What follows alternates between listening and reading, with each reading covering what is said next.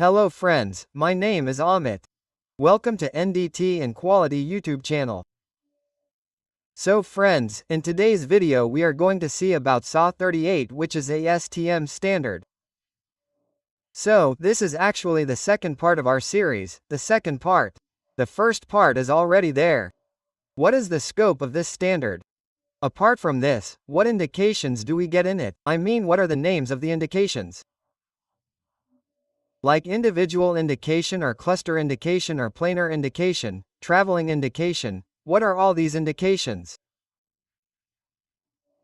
Apart from this, what are the requirements of UT's instrument? Cob, a plant, and in the last we saw what will be the procedure qualification. Right? We had seen what will be the personal qualification. Right? So, you have not seen the first part. If you have, then you can see that too. Now in the second part, we will mainly see its general procedure. Right?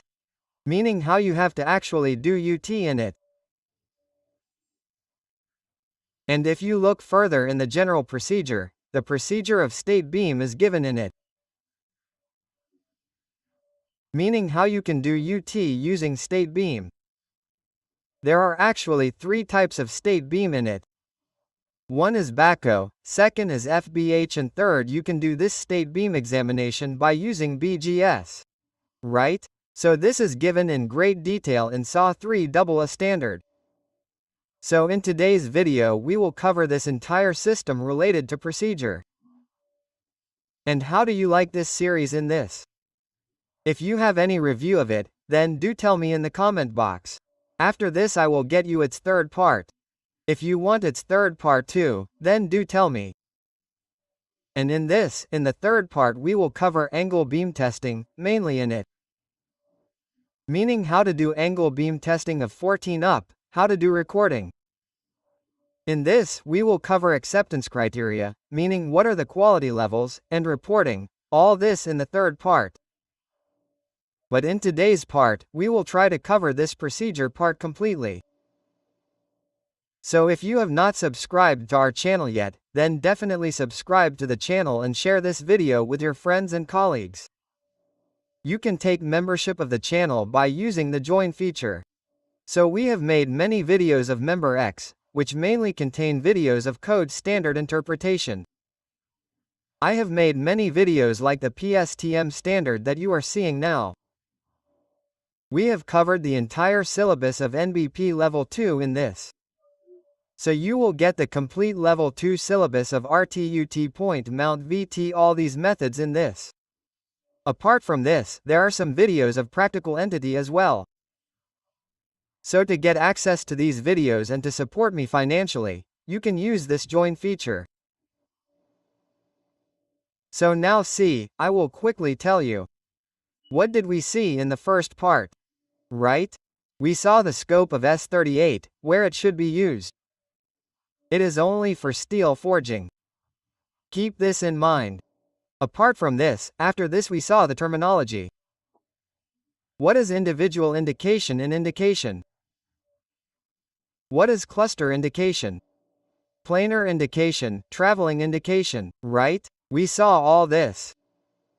After this, what features should be there in the instrument duty instrument? What should be the probes? What is the requirement of cup for state beam and angle beam? Okay. What is the requirement of reference block and personal qualification? Okay. And if you do UT, then in which areas do you have to do UT? We also saw this. What is the requirement of surface roughness and what is the requirement of cleaning? We had covered till here yesterday. Now let's see further in this. So if you look further, the general procedure is given. If you see 38 such standards, then what is in the procedure? C. As much as possible perform ultrasonic inspection of the entire volume of the furring due to the presence of radius at section transition and other specific shapes. Some areas of a furring may be difficult to examine. So here it is simply written that you have to cover the entire area as much as possible, that is, the entire volume of the casting.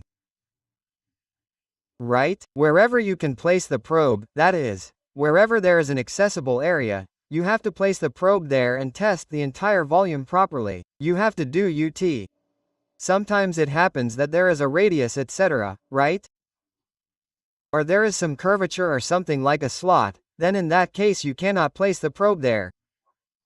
Right? So sometimes some area of the furring is difficult. It is difficult for examination. This means that you will not be able to do UT from there. So mainly you have to keep in mind that as much as possible, that is, you have to cover as much area as possible. If the rest is not covered, then in that case you can mention in the report that this area is not being covered by doing this. Conduct the examination inspection ultrasonic inspection after a treatment of mechanical properties. Right? So generally you will see that the UT of casting or posing is done after this treatment only. Right? So after retreatment, you will get such a structure through which the ultrasonic wave will pass through it. Meaning that you will get a little fine grain structure. If you do it before retreatment, then in that case you will not get this structure. And sometimes it can happen that if the ultrasonic wave does not pass, then you will not get the back wall at all, right? Meaning the wave will not pass at all. This can also happen because of it.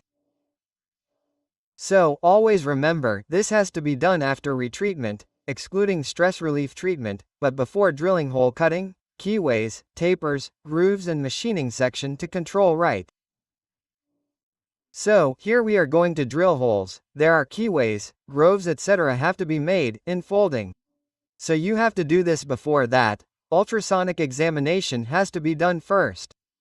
Okay, so this has to be done after the treatment, but already if you have to install keyways, tapers etc., then it has to be done before that. Okay? If the forgings configuration required for the treatment of mechanical properties prevents a complete subsequent examination, it is permissible to inspect before the treatment. Right? So, here whenever I told that after the treatment you have to do this. Right? So, sometimes it happens that after the treatment it is not possible to do this. The word subsequent examination is written, meaning that it is not possible to do it after treatment, right? So in that case it is permissible to inspect it before treatment, right? So you can do it before also, right? In such cases re-examine the furring ultrasonically as truly as possible after retreatment also. Meaning that in this case also you have to keep in mind that if it is possible then you have to do it after retreatment also. Right. So, here in the standard mainly emphasis has been given on this that you have to do it after retreatment only. Right? Mainly UT of furring has to be done after retreatment only. But if it is not possible then you can do it before also. Meaning you can do it before also. But in that case also if you see later that after item is happening. Meaning if you can do UT then do it. Okay. So this is the requirement given in this way. Like it was written about drilling hole etc. Right? So this is the kind of tube sheet. So before you drill these holes etc. in the tube sheet, you have to do UT in the raw material, not the raw material but the part after that is treated. Later, these holes etc. have to be drilled. Okay? So this has to be kept in mind. To ensure complete coverage of the 4G volume index of the search unit. With at least 50% overlap, 15% overlap on each pass for manual scanning. Scanning rate should not exceed 6 inches per second. Right, here 15% overlap has to be done. Now you should know what overlap is. Even when you do UT of a building, overlap is done in it. Sometimes, in the procedure, there is 10%, in some cases 20% or 50% overlap. Overlap means simple like this is your part which you have to do. So you are rotating the probe from here. Right? This is your probe. If you rotate the probe in this direction, how much area will be covered? Starting from here, this area will be completely covered. Right? Later, when you cover the area below here, you have to place the probe like this. See, you will place the probe like this from here. Right? Meaning, some area above should also be covered. This is how you have to place the probe. This right? So in this case, how much area will be covered? See, in this case, this area will be covered from here. Meaning, I am showing it in green color. This area will be completely covered. Meaning, the area above which you had already covered will also be included in it. So this is the overlap. This is the portion which I am showing in yellow color. This portion is overlapped. How much should it be? At least 10%, right? So 10% overlap should be minimum, so that there is no discontinuity in the area near the edge of the transducer. Okay? And apart from this, the scanning rate is given to you as 6 inches per second. It means that you do not have to do the testing at a speed higher than that, because this is for manual scanning. Automated scanning is also possible in this. You can also do automated scanning according to this standard. So in that case, you will have to see the PRF, pulse repeated frequency, which is called our PRR, pulse repeated rate, right? So repetition rate is called so. So keeping this in mind, you have to decide the scanning speed. If possible, scan all section of the fringing in 2 perpendicular direction, right? So perpendicularity has to be done in 2 directions. You have scanned in this direction, and later you have to scan in this direction also, right? So it is possible, then you have to scan in 2 directions. Scan disk for beam using the straight beam technique from at least one flat face and whenever practical radially from the circumference. Okay, so what is called disk forging here? Like this is disk forging. This actually becomes a tube sheet from this. The figure I mentioned above, right? This is a tube sheet. This actually becomes a tube sheet from this. This is called disk forging. Right? Disk forging. So in disk forging, you have to keep in mind that there is at least one flat face from which you have to scan. Meaning this is the flat face on the top, right? Similarly, there will be a flat face below as well. Here the bottom side, okay? The bottom side will also be a flat face. So both will be parallel to each other. And the second thing is that you have to scan from at least one face. And if it is practically possible, then you have to scan from the circumference as well. Meaning that you have to scan this area by placing the prop here. Okay. So this is the requirement for disk forming. After that, let's talk about the cylindrical section. So, scan cylindrical section and hollow forming radially, using beam technique, when possible. Also, examine the forging in axial direction, right? So, here, I have attached a figure below. This is hollow folding, right? There is also a cylindrical section and hollow folding. So, in this case, you have to scan here radially. Meaning that you have to place the prop here and in this direction, you have to scan in this entire direction. And if it is possible, then you have to scan by placing the prop here as well. This area here, this entire section will be covered. If it is possible, then right, because this length will be quite large. In this case, you can see that this length is quite long, right? So in this case, you may not get the back hole of the sound wave. This can also happen, right? So you have to keep this in mind when there is hollow folding or silica section. Okay, so here you have to scan. You have to do this radial scan. Okay? And here there is another requirement, an additional exam holding by angle beam technique from the outside diameter of surface. Right? So here you have to keep this in mind. Many times people ask me, I get a message that if we do it according to SA 38, then will we have to use angle beam? So yes, you have hollow furring, right? Hollow furring. So in that case you will also have to use angle beam technique. So how to use the angle beam technique? How to take reference, etc. in it, we will cover this in the next part.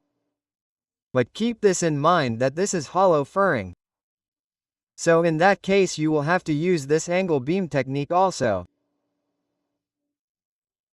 Forging can be either while stationary or while rotating in a lathe and on rollers. Right? So here generally forging is stationary, Only then we do this, UT. But rotating means there is a lathe or roller on it and it is rotating. Meaning that you have made the arrangement in that way, okay? So you can do UT on that type also. There is no problem. If not specified by the purchaser, the manufacturer may choose either method. Meaning that you can do either of the two. If the purchaser has not given any such requirement, then either of the two means stationary or rotating. So what happens is simply that we put a roller on the bottom side. Okay? And there is a roller here. There is a roller here, right? So it will keep rotating like this. And the operator has to keep the probe here only. So this posing will keep rotating completely. So the whole area will be covered. Okay? This is quite easy. Now our procedure of state beam testing is starting here. Right? It is very important. If this happens, then keep noting down. What are the requirements given in this? So in state beam testing, for state beam examination use nominal 2.25 MHz search unit whenever practical. So if it is practical, possible, then use this search unit. However, for coarse grain austenitizing material and long testing distance frequency of 1 MHz is preferred. So, if there is coarse grain material, like stainless steel, austenitic stainless steel, then in that case you need a lower frequency. So that you get paint pressure, so in this you can use 1 MHz, or long testing distance, right? So, if the length of your part is more, then in that case also you need more penetration, so in that case also you will have to use a lower frequency, right? So, in that 1 MHz frequency is preferred. Apart from this, also see in any cases when examining coarse grain averaging material it may be necessary to use frequency of 4 MHz, right? That means even less than that, even less than 1 MHz frequency may have to be used.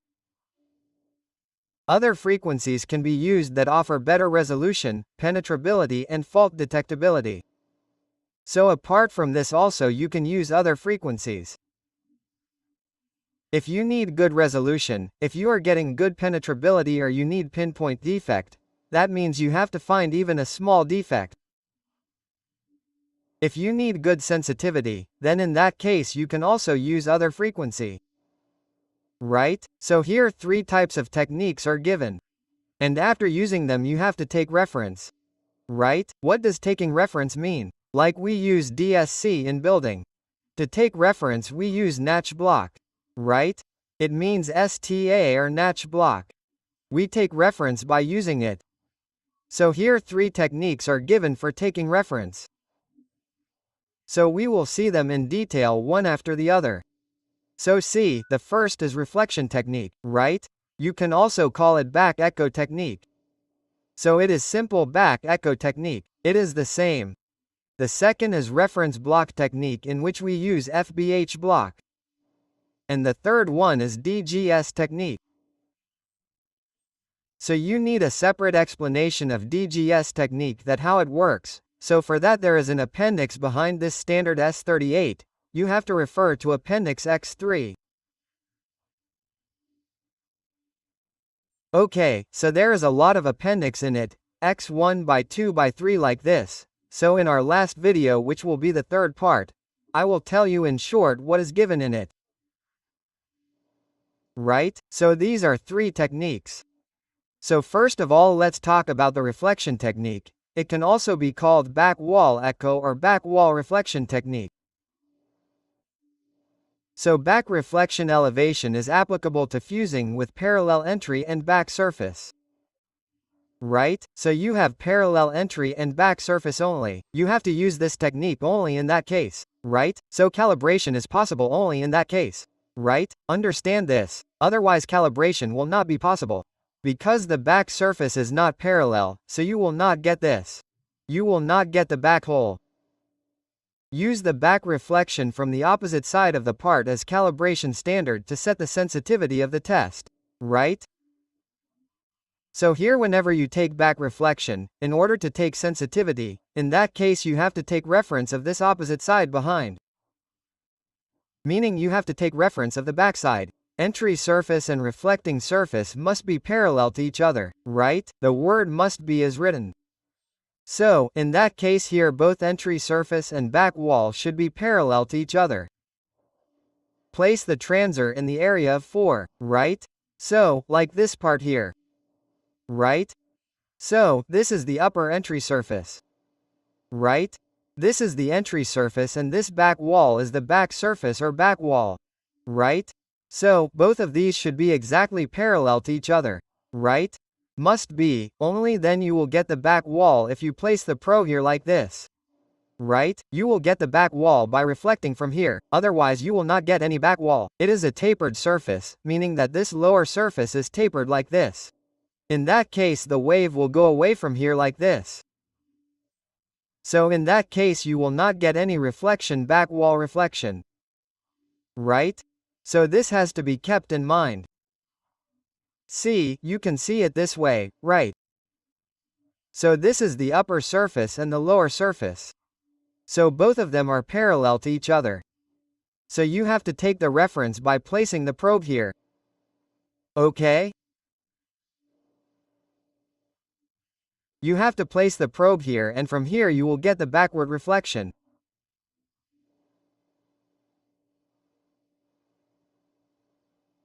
Now how to take it?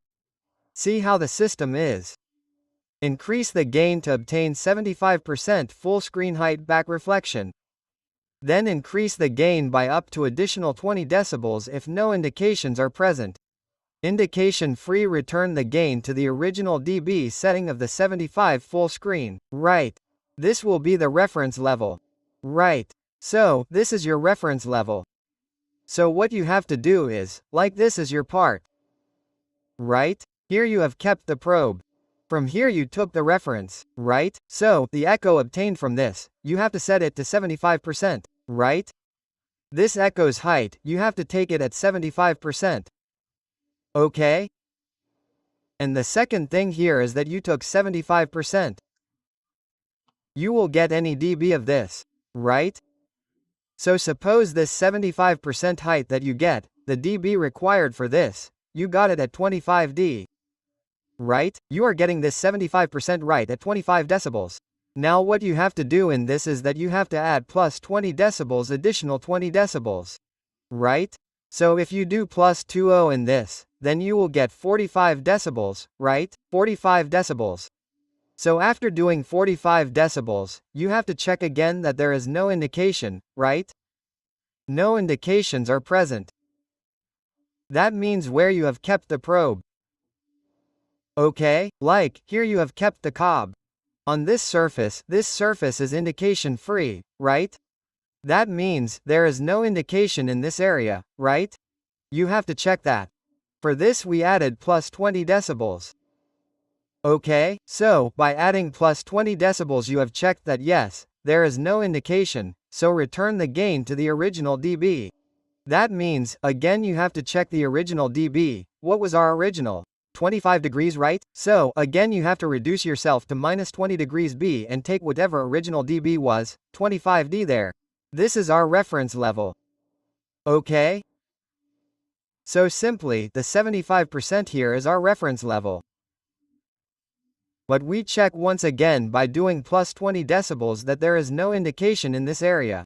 That means it is indication free, right? If there is an indication, then in that case the actual echo may be less.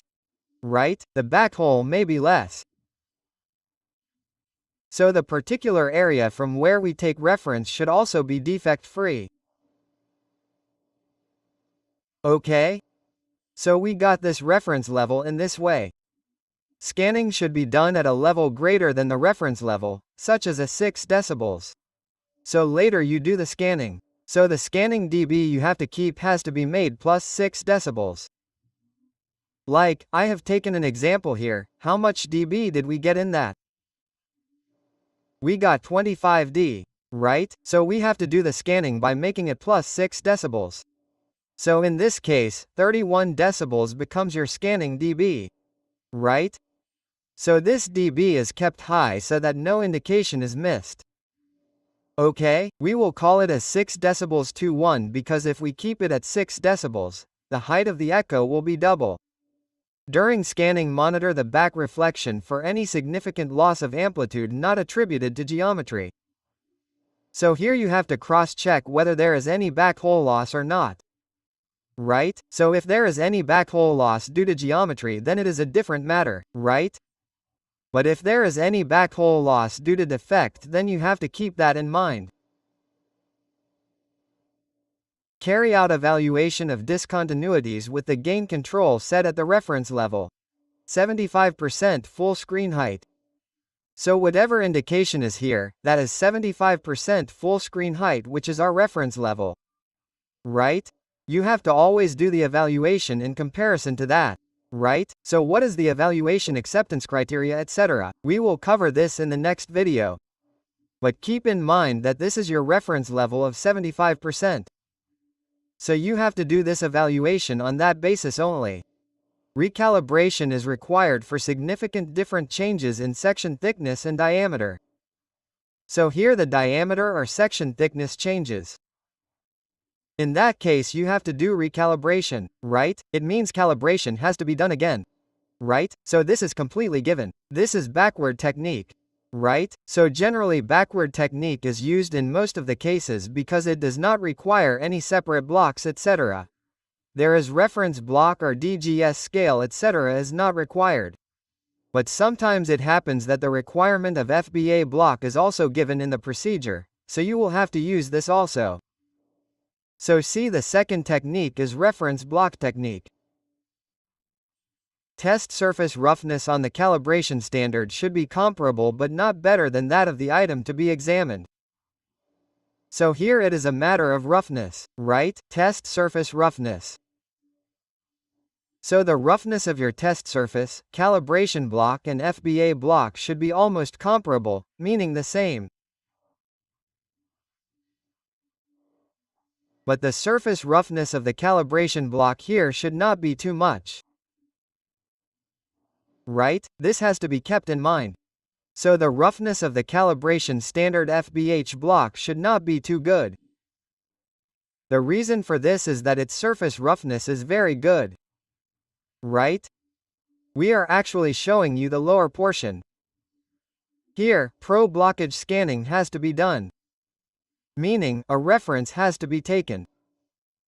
So here, if the roughness of the block is good, then in that case you will get a signal at a lower dB. Right? Meaning, you will need a lower dB. Whereas if you go to the actual zone, if the roughness is more in that case, then you will not get penetration, or in that case, if you have a discontinuity directly from the bottom, or if there is a discontinuity in the back wall, then its size will be less. Right? So this will not work. So this is not acceptable. So you have to keep in mind that the surface roughness of the FBH block you take should be almost the same. It should be the same as the part, or it should be less. Right? Adjust instrument control to obtain the required signal amplitude from the flat bottom hull in the specified reference block. So here, what you have to do is simply use the instrument control to get the signal amplitude, etc. Okay?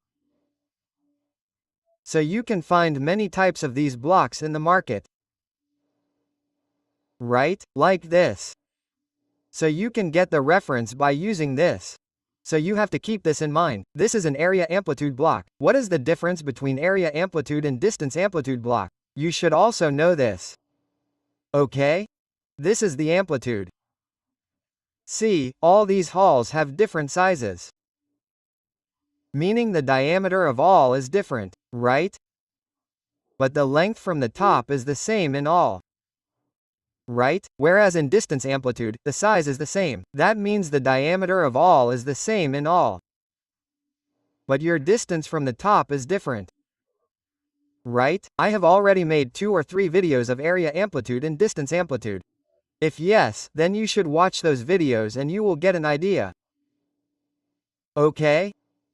So it is quite easy to do it using FBH. The third one is DGS technique. Right? So DGS means distance gain size. This is called so. So before use ensure that DGS overlaps and electronic DGS questions correctly to the transducer size and frequency. So you should have an idea of how DGS is actually built up, that is, how it works. So there is a DGS for every transducer. Its rated frequency is also fixed. For example, I have mentioned a DGS here. It is for 2 MHz. It means that there is a transducer with a frequency of 2 MHz and a diameter of 24 mm. This DGS is made for that. And DGS is also of two types. Sometimes the manufacturer of your instrument provides you with electronic BGS. It means that the machine has an inbuilt BGS in it. It means that it is already made. So it will be written in it that you should use the probe of the same company. Okay, and if you use a probe of 2 MHz of the same company, the serial number etc. will also be written in it. So, whatever probe you use, you can directly use this DGS. Okay, so, there are many machines that have a built-in DGS, which is an electronic DGS. So, what happens in DGS is that you get an echo. For example, suppose you are getting an echo here. Right? So this echo is touching here. That means this red cow is touching this here. Right? So, the red cow means that this one means the equivalent reflector size of this discrete you got is called errors in short. Like this, right? Equivalent reflector size. So, what is the equivalent reflector size of this indication? 1.5 mm, right? So, this is how it works. We will make a separate video of this, then I will explain in detail. But, for now remember that this DGS works in this way.